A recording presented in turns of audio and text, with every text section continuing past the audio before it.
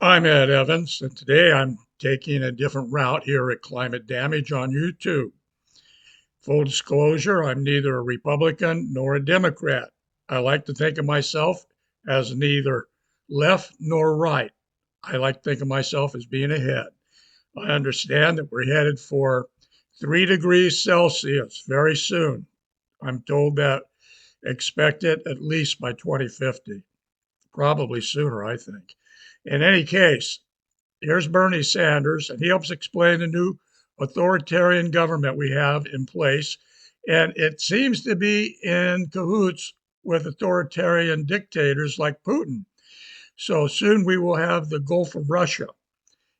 We also have oligarchs like Musk looking through all of our records in the government, and who knows what they're going to do with those records. They have no business there, but my feeling is they're going to use that data for something. It's going to go in their databases, and they'll probably use it in AI for some devious way. Hey, listen, here's Bernie Sanders. He's telling us what's going on. And yes, I'm back to science after this. Thanks, everybody, for joining me to discuss a very, very serious issue. Yesterday, we witnessed an extremely sad moment in American history.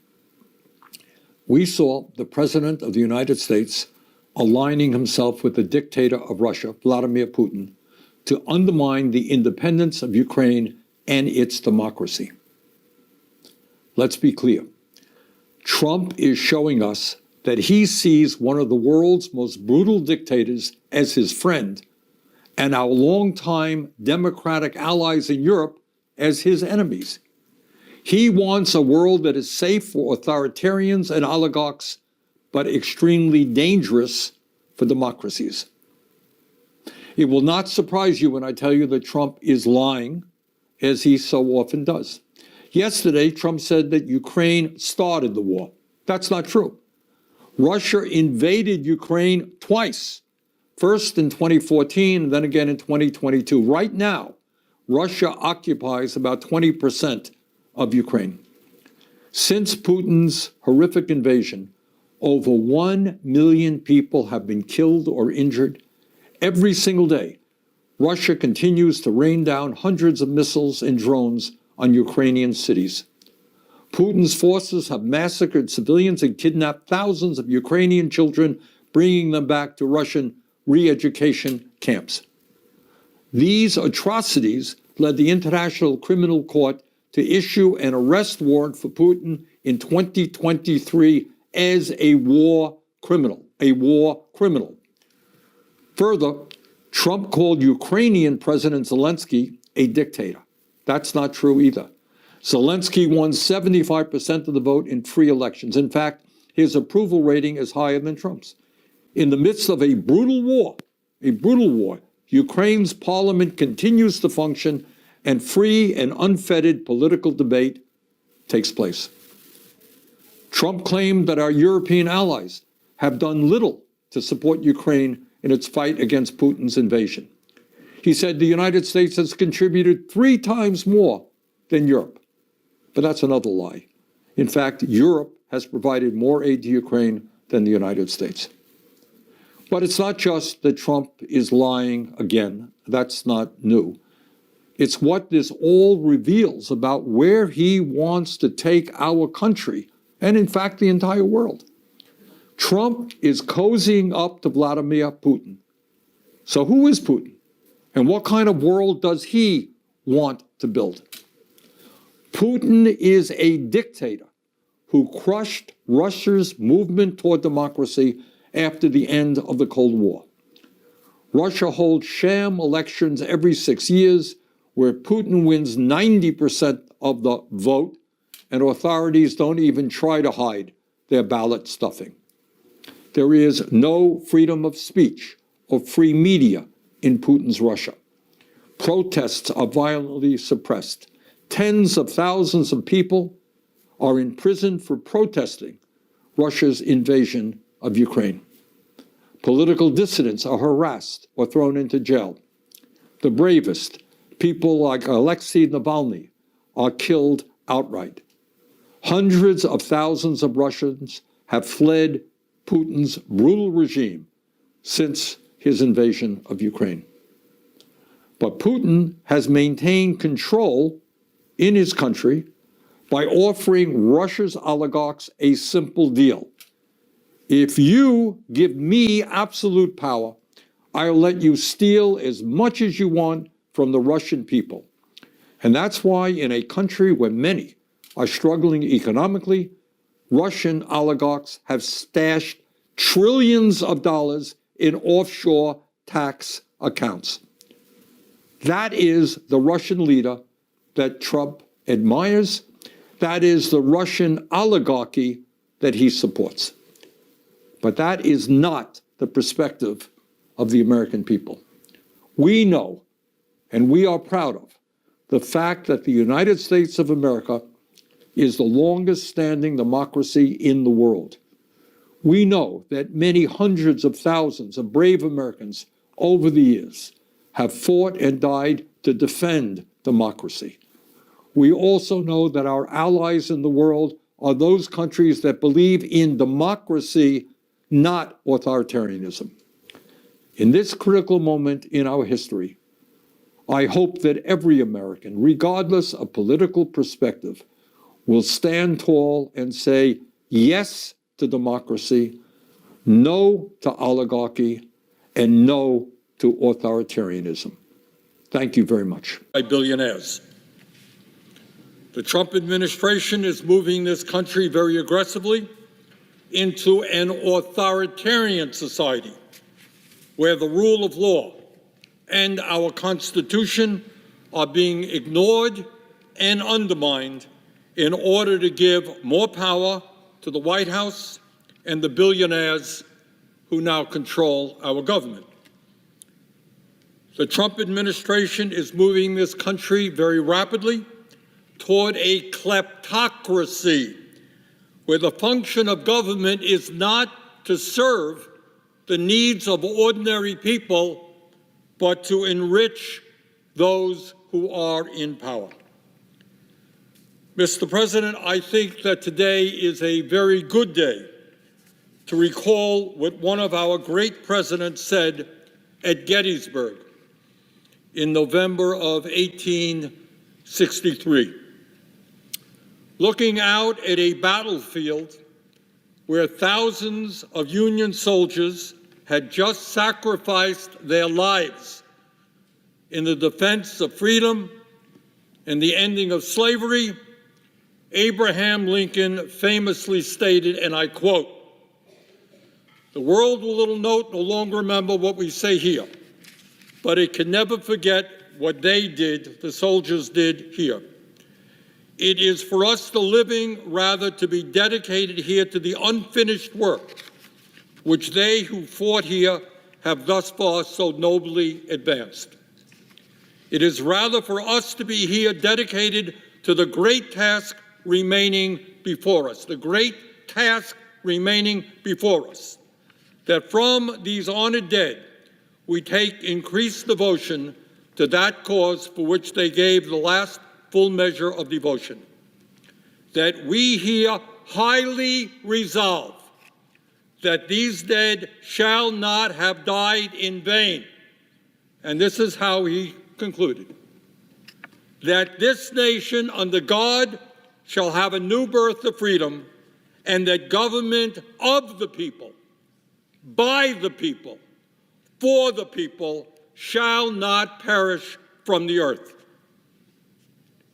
Government of the people, by the people, for the people, shall not perish from the earth.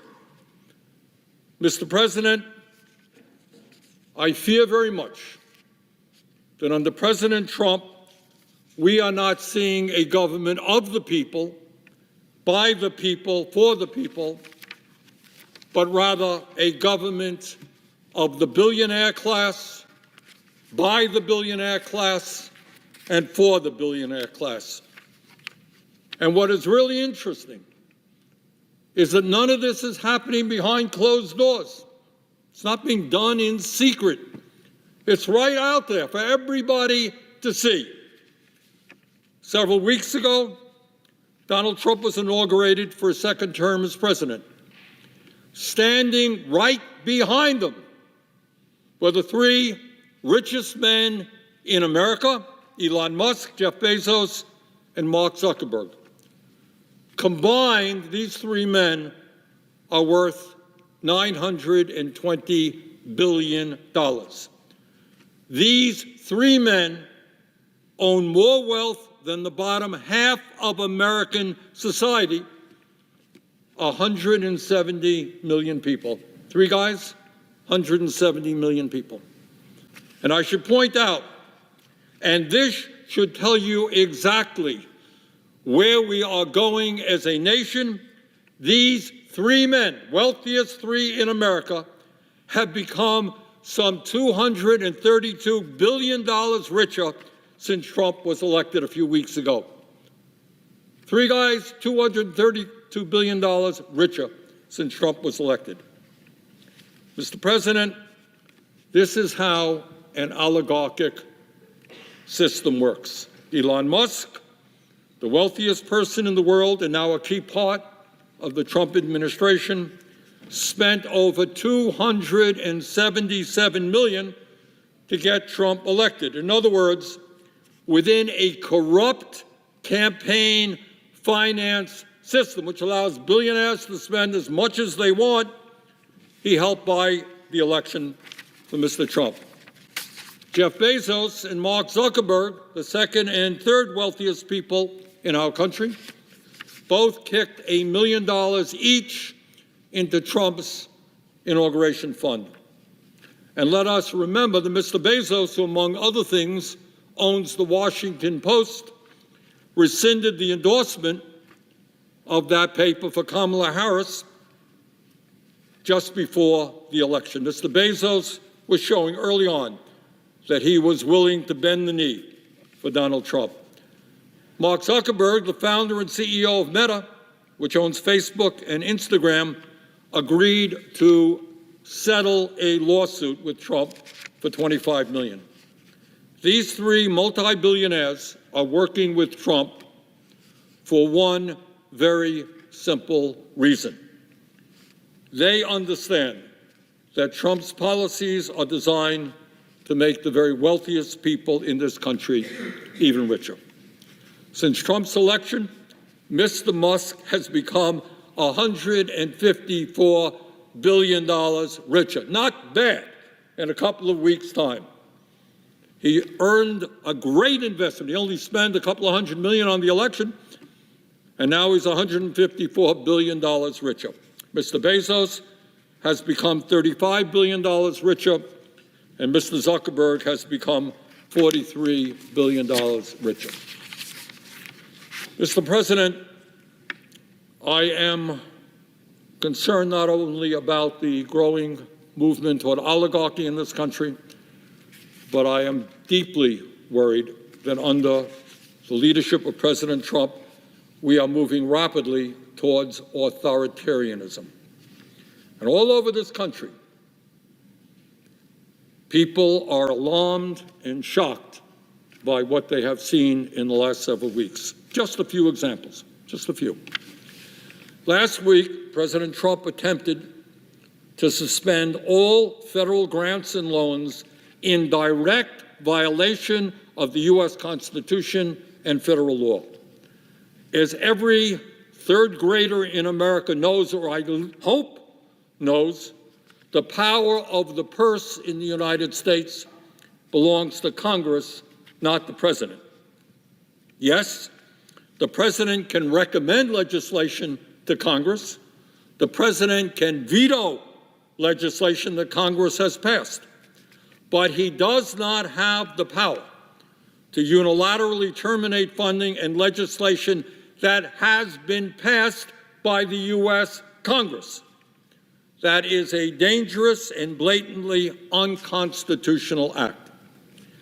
And I should add that Trump's blocking of federal funding would have had a horrific impact on millions of Americans who utilize programs like Medicaid, Head Start, community health centers, Meals on Wheels, homeless veterans programs, and many, many other initiatives.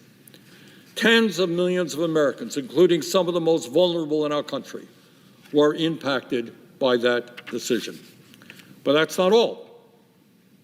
A few days ago, Trump fired 17 inspectors general, independent government watchdogs that were created by Congress in the wake of the Watergate scandal to prevent the abuse of power by the executive branch.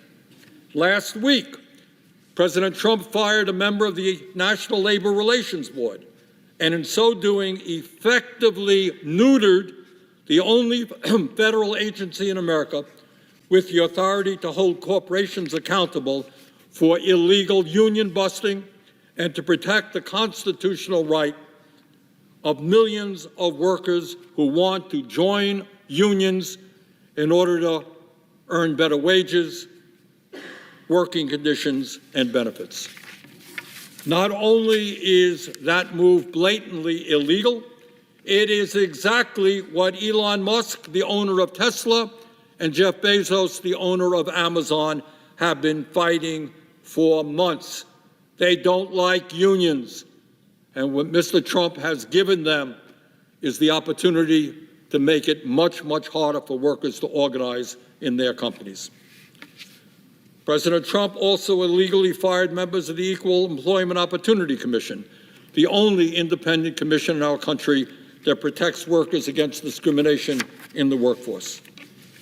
Further, and what should upset every American, no matter whether you're conservative, moderate, progressive, is that in direct violation of the Constitution and federal law, Trump is intimidating the media with lawsuits against ABC, CBS, Meta, and the Des Moines Register.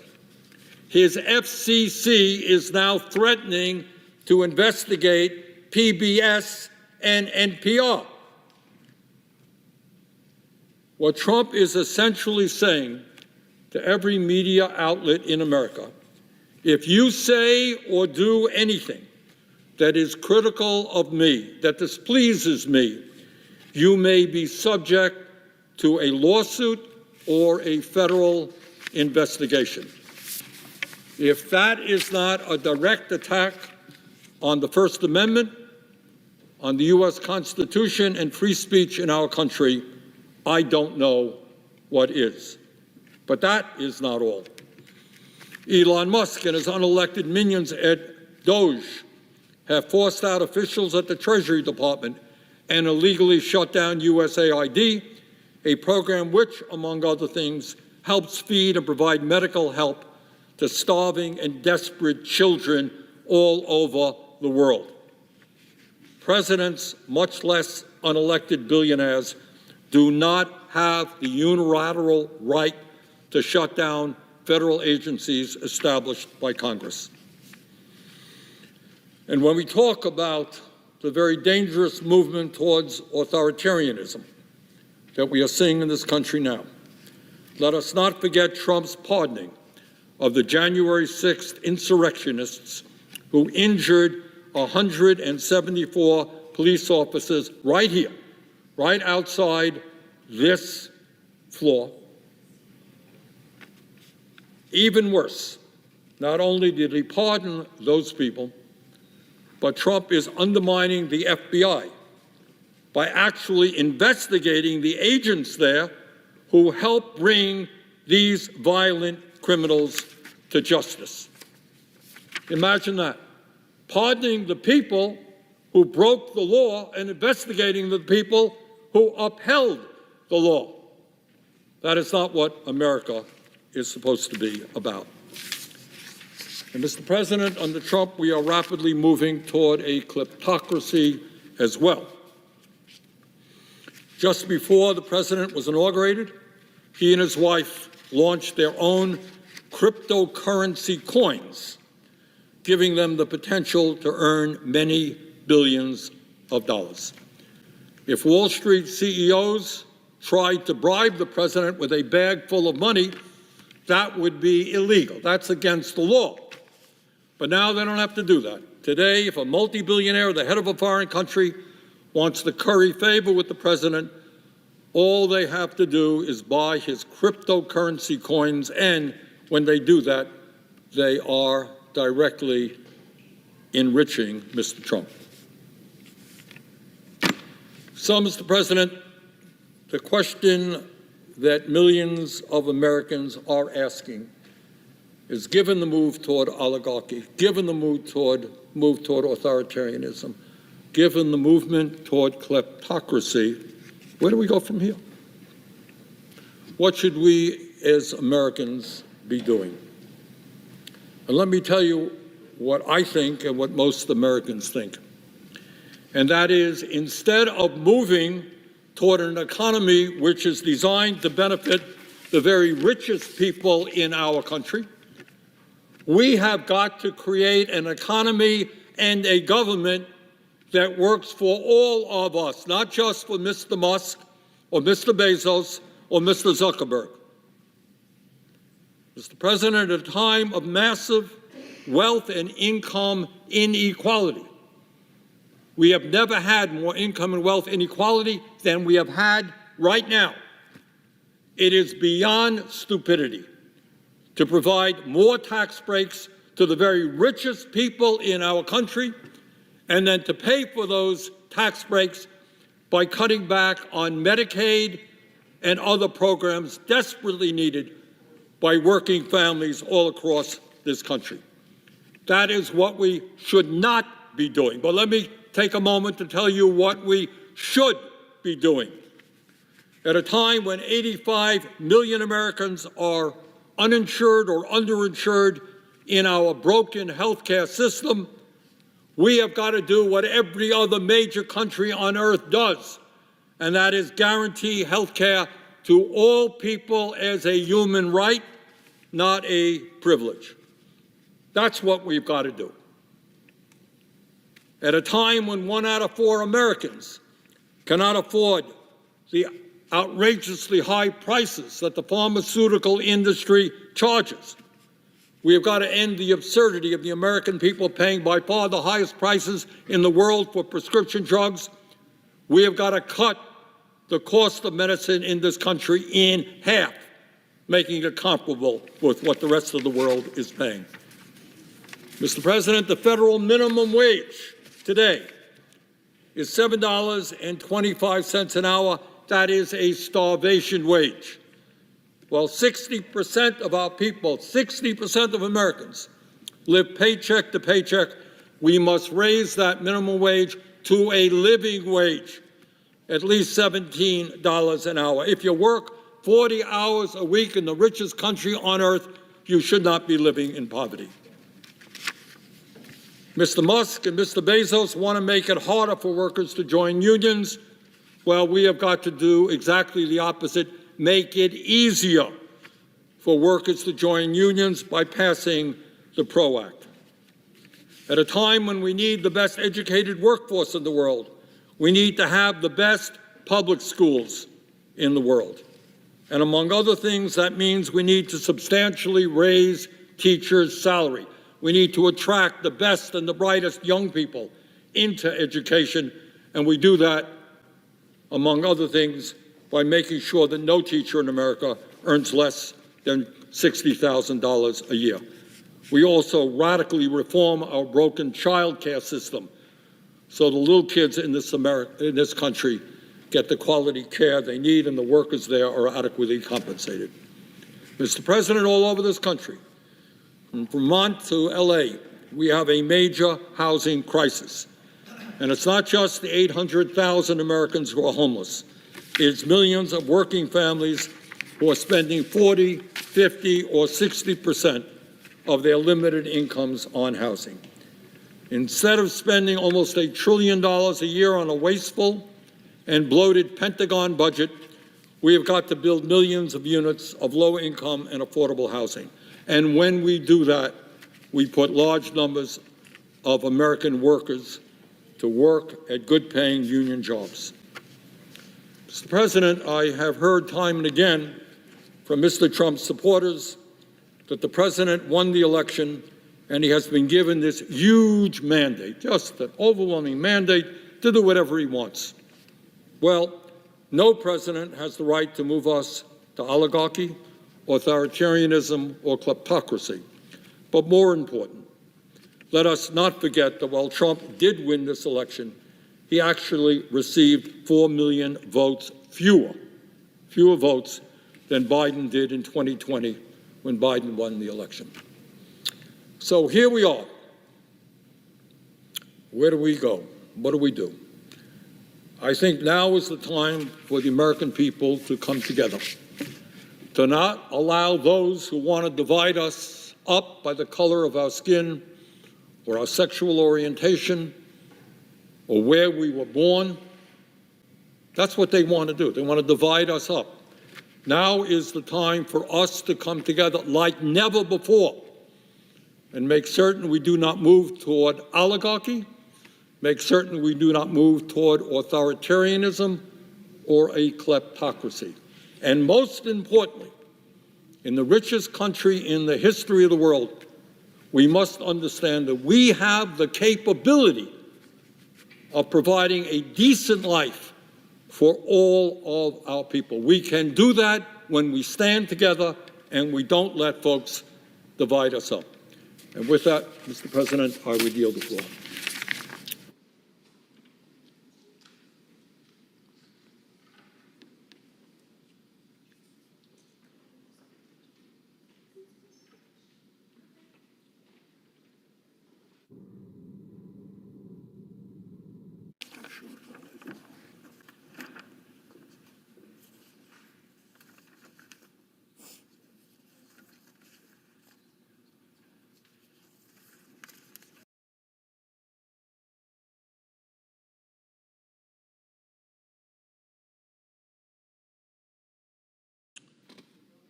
Mr. President, as the holiday season approaches, it is an appropriate time to talk about our national priorities, where we are as a nation, and where we should be going into the future. Right now, tonight, as we assemble here in Washington, D.C., there are thousands of people in this city and in the surrounding areas who are sleeping out on the streets.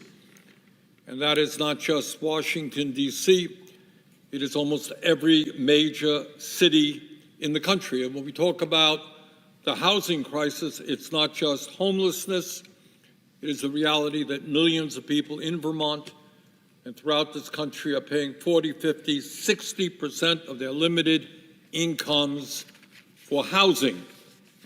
We have a major housing crisis. We need to invest in low-income and affordable housing. Mr. President, today in the United States, in the richest country in the history of the world, which today has more income and wealth inequality than it has ever had, while the very rich become much richer, 60% of our people are living paycheck to paycheck, and millions of workers are earning starvation wages, barely enough to stay alive. The time is long overdue when we talk about our national priorities, that this Congress pass a livable minimum wage, raise that minimum wage to a livable level, so that no worker in this country who works 40 hours a week lives in poverty. Not a radical idea. Mr. President, in the United States today, we have a broken and dysfunctional healthcare system whose major function is not to provide quality, affordable care to our people, but to make billions in profits for the insurance companies and the drug companies. And the truth is that while 85 million Americans are uninsured or underinsured, while 60,000 die each year because they don't get to a doctor on time, the insurance companies and the drug companies make tens of billions of dollars a year in profit. Mr. President, the time is long overdue for the United States to do what every other major country on earth does, and that is to guarantee health care to all people as a human right. And in my view, the most efficient way to do that is to pass a Medicare for all single-payer program. Mr. President, unbelievably, in this wealthy nation, in which 3 people on top own more wealth than the bottom half of our society, we have the highest rate of childhood poverty of almost any developed country on earth.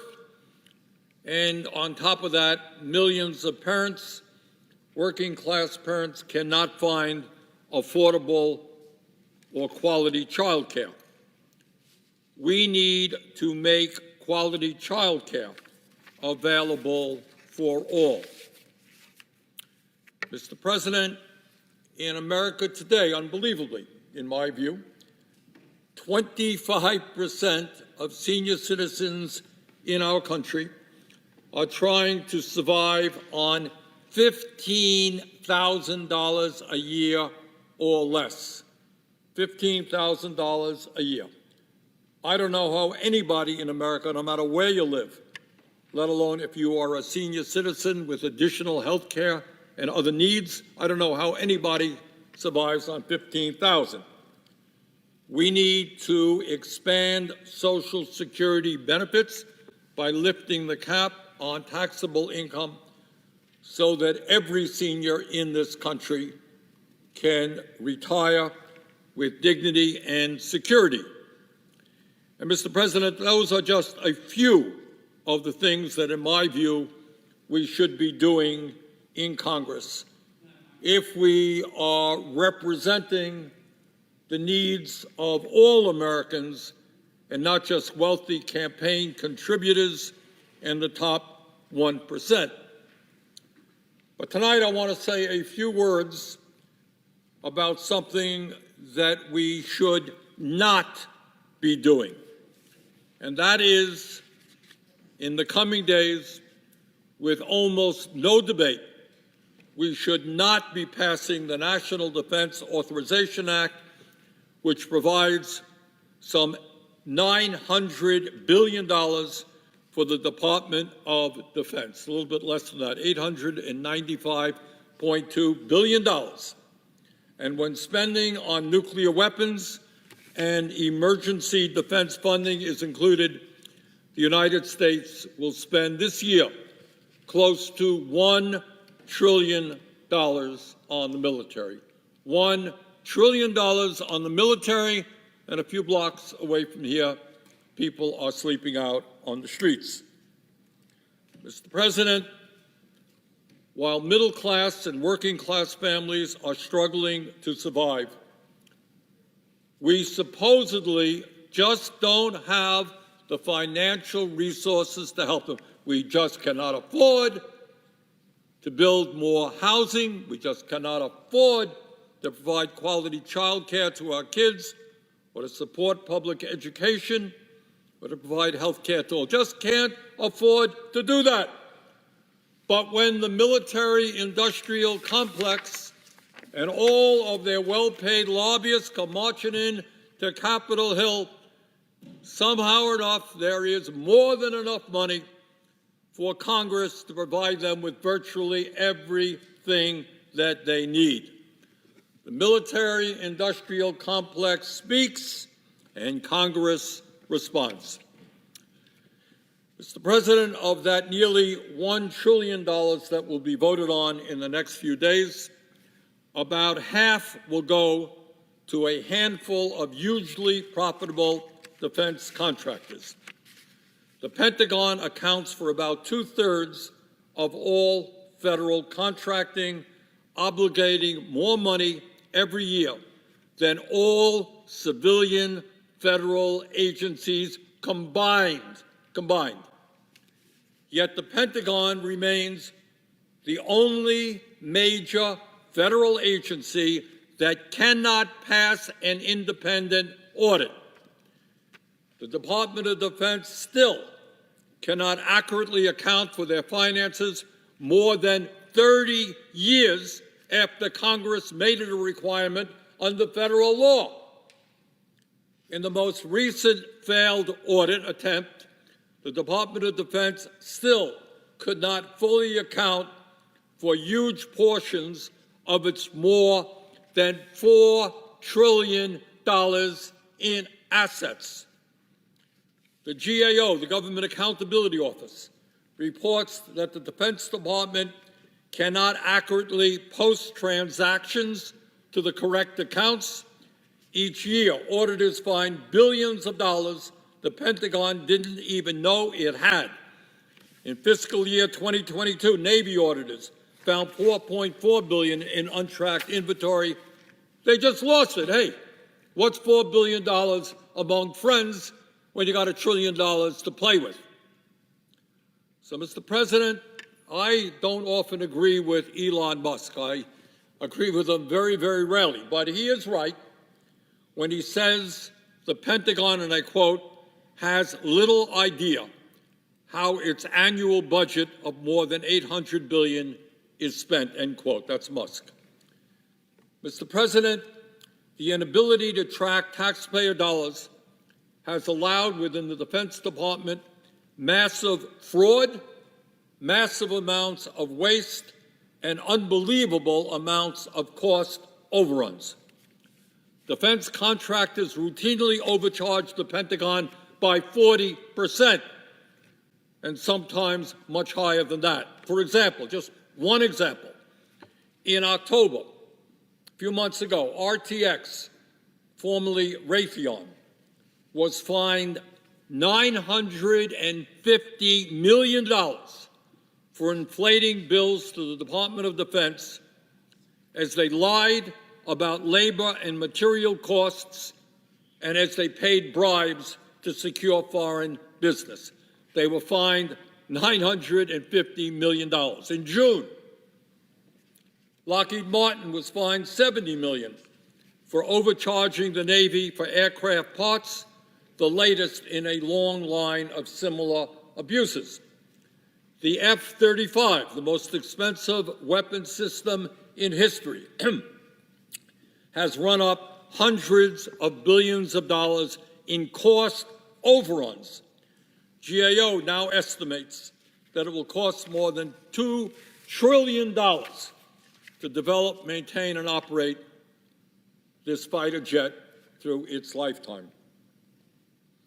Mr. President, today, as a result of massive consolidation in the defense industry, a large portion of the Pentagon budget now goes to just a handful of huge defense contractors like Lockheed Martin, RTX, formerly Raytheon, General Dynamics, and Northrop Grumman. That consolidation has been extremely profitable for the industry. Since 2022, these four contractors have brought in over $600 billion in revenues, including $353 billion in U.S. taxpayer funds, and recorded $57 billion in profits. During that same period, they have spent $61 billion on dividends and stock buybacks to make their wealthy shareholders even wealthier. That's just four companies over less than 3 years, taking $353 billion in taxpayer money and handing $61 billion back to wealthy shareholders.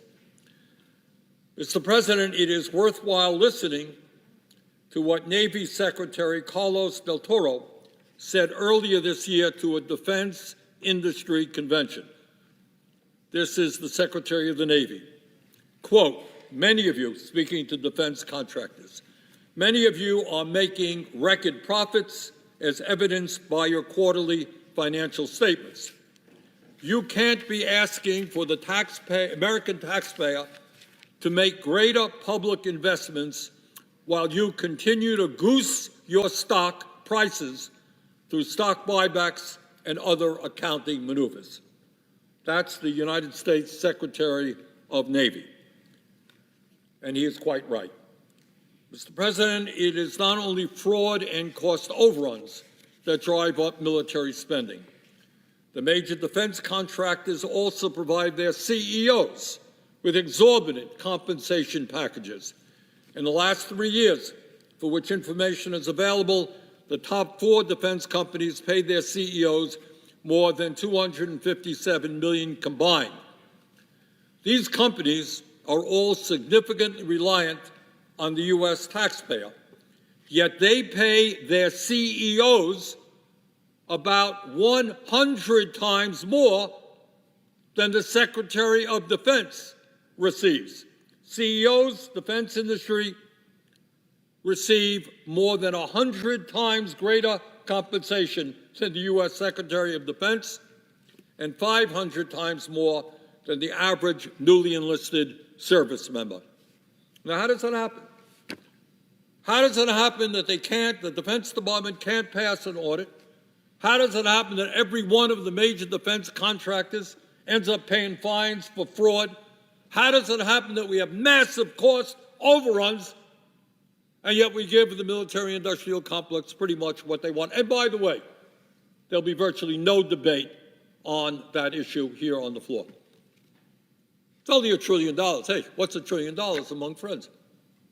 People sleeping out on the street, people can't afford health care, children going hungry, elderly people can't afford to heat their homes. We got $1 trillion, no questions asked, for the military-industrial complex. So how does all of this happen? And I think most Americans now know the answer, and it ain't complicated. These companies, just like the drug companies, just like the insurance companies, just like Wall Street and the big banks, just like the fossil fuel industry, they spend millions and millions of dollars on campaign contributions and lobbying. In the recent election cycle, one we just came through, defense contractors spent nearly $251 million on lobbying and contributed almost $37 million to political candidates. And surprise, surprise, aren't we all shocked that they end up getting what they want with almost no debate? Mr. President, the waste and fraud in the defense industry is not just, interestingly enough, costing American taxpayers huge amounts of money. It is also costing lives. So let me tell you what I mean by that. Take a look at the war in Ukraine. The U.S. is providing tens and tens of billions of dollars to help defend Ukraine from Putin's horrific invasion of that country. Despite their record-breaking profits, many defense contractors said that they couldn't ramp up production of key weapons without more taxpayer support. So the United States government wanted to support, with my vote, Ukraine against Putin's invasion.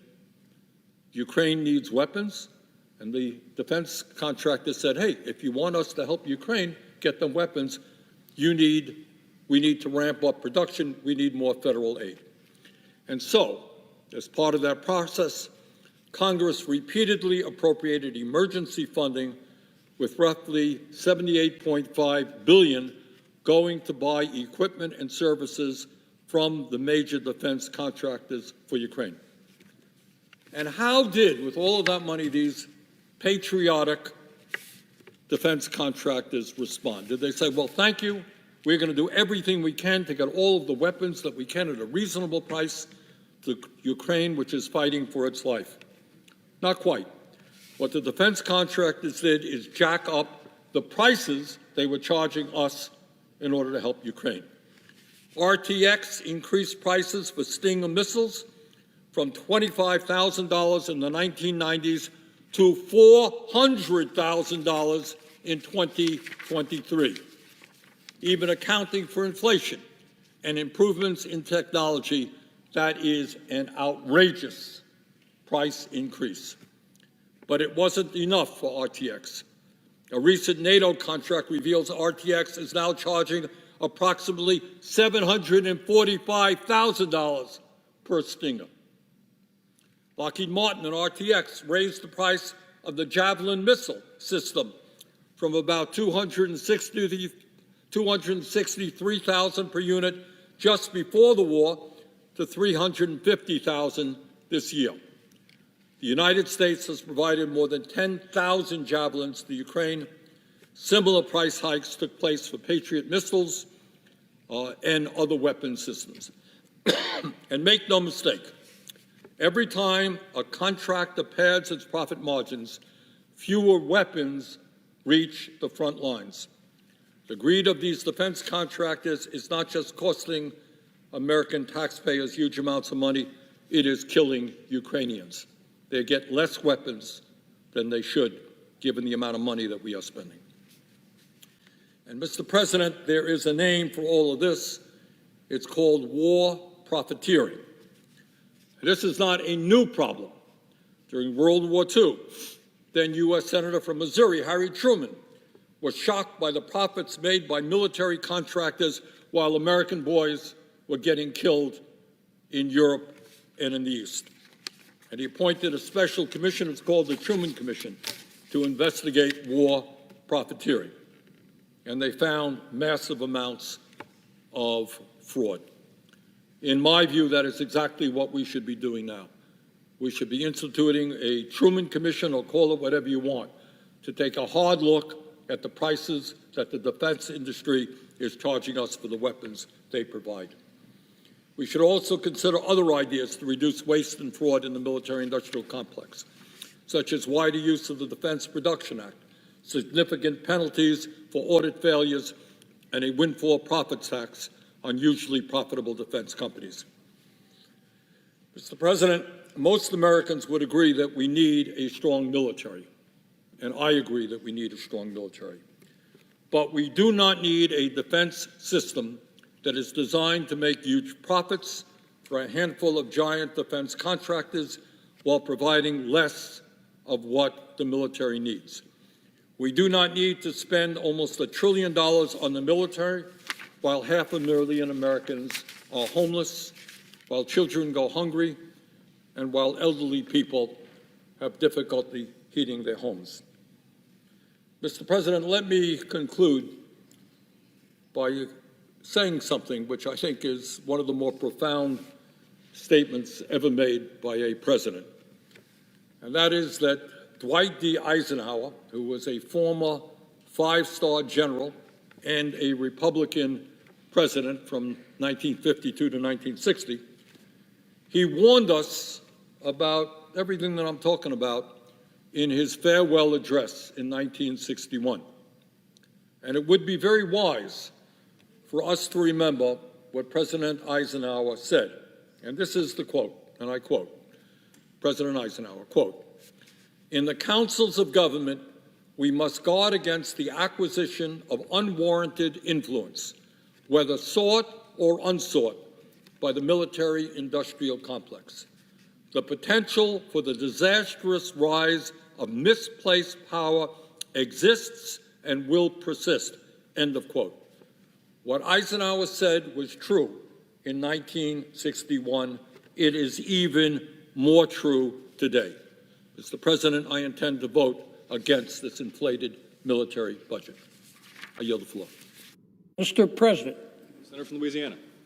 Thank you, Mr. President. Mr. President, with me today are two of my colleagues from my Senate office, Mr. John Lowry and Mr. Jackson Bewley. I am grateful for their good judgment, counsel, and advice.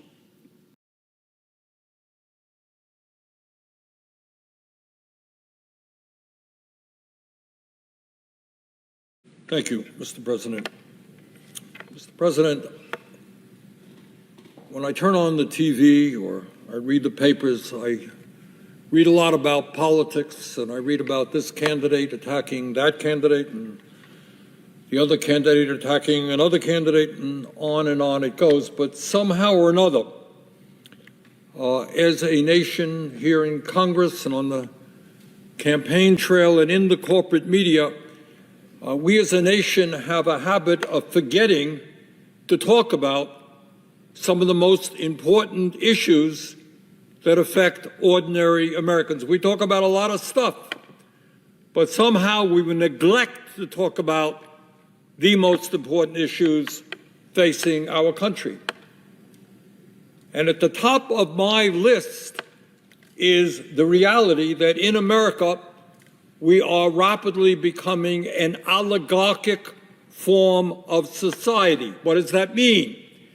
It means that today we have more income and wealth inequality than any time in the history of the United States of America. It means that there are three people, 1, 2, 3 multi-billionaires who own more wealth than the bottom half of American society. 3 people here, 160 million people there. That sounds like an issue we might want to be talking about. We might just want to be asking about how well the economy is doing for ordinary people as opposed to the people on top. And when we ask that question, the answer is pretty clear. The top 1% have never, ever in American history had it so good. They are making money head over heels. What we are seeing at the same time is a working class in this country that is struggling to pay the bills, struggling to put food on the table, struggling to see that their kids get ahead. Mr. President, according to the Rand Corporation, not exactly a progressive entity, over the last 50 years, we have seen a massive transfer of wealth from ordinary Americans to the top 1%. In fact, there has been a shift of $50 trillion going from the bottom 90% to the top 1%. What does that say about American economic policy? And at the same exact time, over the last 50 years, we have seen something else that is rather extraordinary. Despite the huge increase that we have all observed as a result of technology and increased worker productivity, it turns out that real inflation accounted for wages for the average American worker is lower today than it was 50 years ago. So every worker in America is producing a lot more than was the case 50 years ago because of this new technology, and yet real inflation accounted for wages are lower today than they were 50 years ago. People on top making out fantastically well, working class people falling further and further behind. And let us not forget that today in America, 60% of our people are living paycheck to paycheck. I grew up in a family that lived paycheck to paycheck, lived in a rent-controlled apartment for my whole childhood, know something about it. And what it means that people from California to Vermont, they are struggling, living under great stress, trying to figure out how they are going to be able to take care of their families at the same time as the people on top never had it so good. But when we talk about oligarchy, it is not just massive income and wealth inequality. It is not just the fact that the working class of this country is going nowhere in a hurry. It is also growing concentration of ownership in America, in sector after sector, whether it is media, whether it is financial services, whether it is transportation, whether it is healthcare. You have fewer and fewer large corporations who control what goes on in those sectors. And when you have concentration of ownership, you have price fixing, you have corporate greed, and that is one of the reasons why inflation has had the impact that it has had and why we've seen that much inflation. Mr. President, unbelievably, there are 3 Wall Street investment firms today, BlackRock, Vanguard, and State Street, that combine control assets of $20 trillion and combined are the major stockholders in 95% of the Standard & Poor corporations. That is what power is about. 3 entities, 3 private Wall Street investment firms being able to be combined the major stockholders in 95% of our corporations. So oligarchy is about massive income and wealth inequality. Oligarchy is about the rich becoming much richer, CEOs of large corporations now making 350 times what their workers make. Oligarchy is about 60% of our people living paycheck to paycheck, despite huge increases in worker productivity. But I'll tell you what oligarchy is also about. The billionaire class is not just satisfied to control the economic life of this country, they are moving aggressively to control the political life of this country. So while ordinary Americans get the right to vote, they have 1 vote, the billionaire class, as a result of this disastrous Citizens United Supreme Court decision, they have the right not just to cast 1 vote as a citizen, but to contribute hundreds of millions of dollars into super PACs who will elect their friends and defeat their political opponents. Now, if anyone in America thinks that is what American democracy is supposed to be about, well, I have a strong disagreement with you. Democracy is 1 person, 1 vote, not billionaires buying elections through their super PACs. And I would hope that here in Congress, that on the campaign trail, leaders of this country make it clear that we have got to overturn this disastrous Supreme Court decision on Citizens United, which allows billionaires to buy elections, and move to public funding of elections. And that is where we should be going if we believe in democracy. Mr. President, when we talk about the issues facing working families, when I go around the country, and I was just up in Maine the other day, as a matter of fact, you ask people about our healthcare system. You ask them a simple question. You say, is this healthcare system working for you? And almost without exception, what the American people say is our healthcare system today is broken, it is dysfunctional, and it is way, way, way too expensive. And when people say that, they are right. And I hope everybody knows that in America today, we spend twice as much per person on health care as do the people of any other country. Twice as much. And yet, despite spending over $13,000 for every man, woman, and child, 18% of our GDP on health care, our outcomes are worse than other countries that spend half as much per capita. Our life expectancy, way down behind many other countries, and really, obscenely, the life expectancy in the United States between the people on top and working class people is 10, 12 years. In other words, if you're rich, you live as long as people in other developed countries.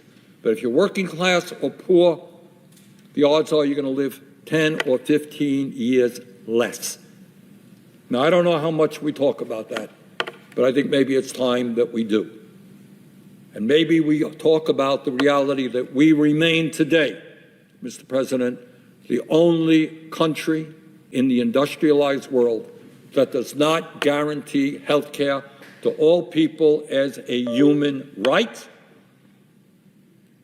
and that 85 million of our people are uninsured or underinsured.